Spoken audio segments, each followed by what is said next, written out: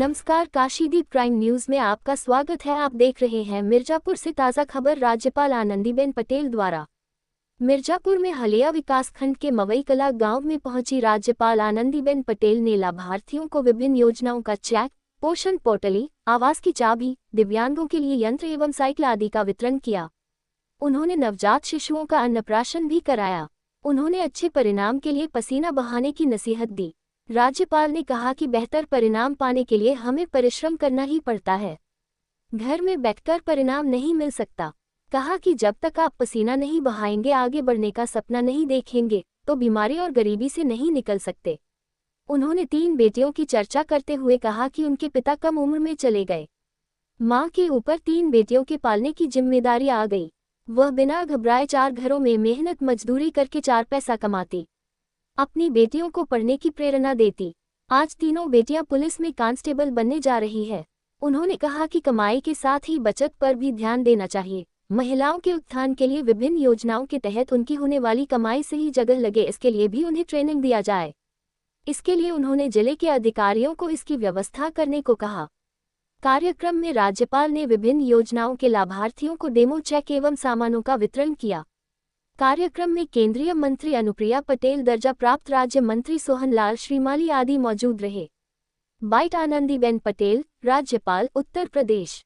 गुफरान अहमद की रिपोर्ट। ये कोठी खुद भी है।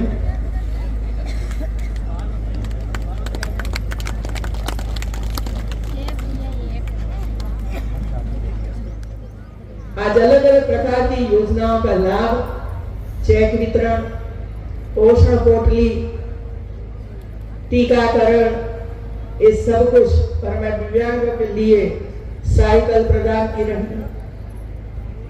मैं इतना ही कहूंगी, जो कुछ आपको आज प्राप्त हुआ है, ये आपके व्यवसाय जो भी करते हो उसको आगे बढ़ाने के लिए ही इसका उपयोग करना है। मैं अधिकारियों को भी यही कहूंगी, जिसको आपने दिया है आज, तो आपके पास फॉर्म भरा हुआ होगा, इसमें से कितनी इनकम हमें मिलती है आज, ये सब कुछ इसमें होगा। 1 साल के बाद आपने जितने लोगों को आज वितरण किया है, 1 साल के बाद फिर से वे लोगों को बुलाइए और पूछिए क्या किया। आपको 5 लाख रुपया दिया था, क्या आपकी इनकम बढ़ी?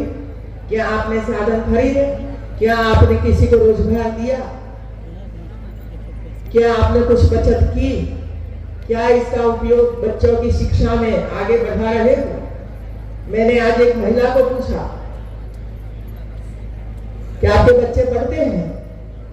उसने शान से मुझे कहा कि हाँ पढ़ते हैं। कहाँ पढ़ते हैं? तो उसने ये कहा BHU में पढ़ते हैं, BHU काशी में। तो ये सोच हमारी होनी चाहिए कि मैंने तो मजदूरी की, मैं खेतों में गई रात ये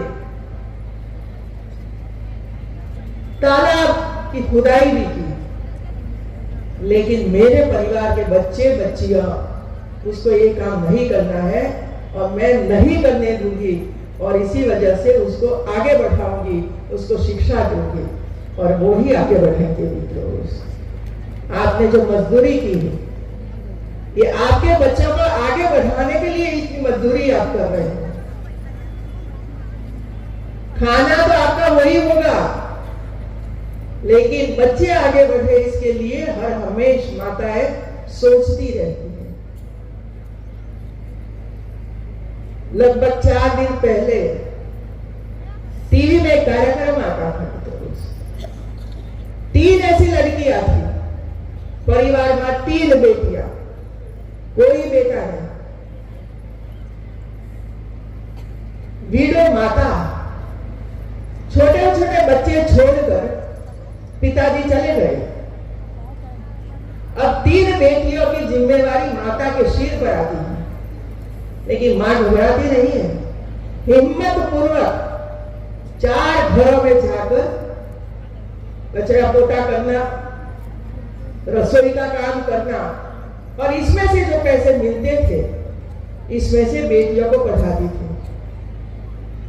जब पुलिस डिपार्टमेंट का एक एड आया और उनको पता था कि कभी कभी वो आएगा, और इसी वजह से वो तीनों लड़कियां एक साथ घर में पढ़ती थी। माता उसको पढ़ाती थी कि बेटा पढ़ो, प्रोत्साहित करती रहती। तीनों बेटियों को एक साथ पुलिस कांस्टेबल की नौकरी मिल गई। देखो, एक ही घर में 3 बेटियां। तो ये परिणाम आता है उनको, लेकिन परिणाम प्राप्त करने के लिए हमें परिश्रम तो करना ही पड़ता है। घर में बैठकर परिणाम नहीं मिल सकता, पसीना बहाना पड़ता है, और जब तक आप पसीना नहीं बहाओगे, अच्छे सपने बच्चों के लिए नहीं सेवोगे, तो बीमारी में से, गरीबाई में से हम बाहर नहीं निकाल सकते। और ये काम आज माताएं अलग अलग कार्यक्रम करके काम कर रही हैं।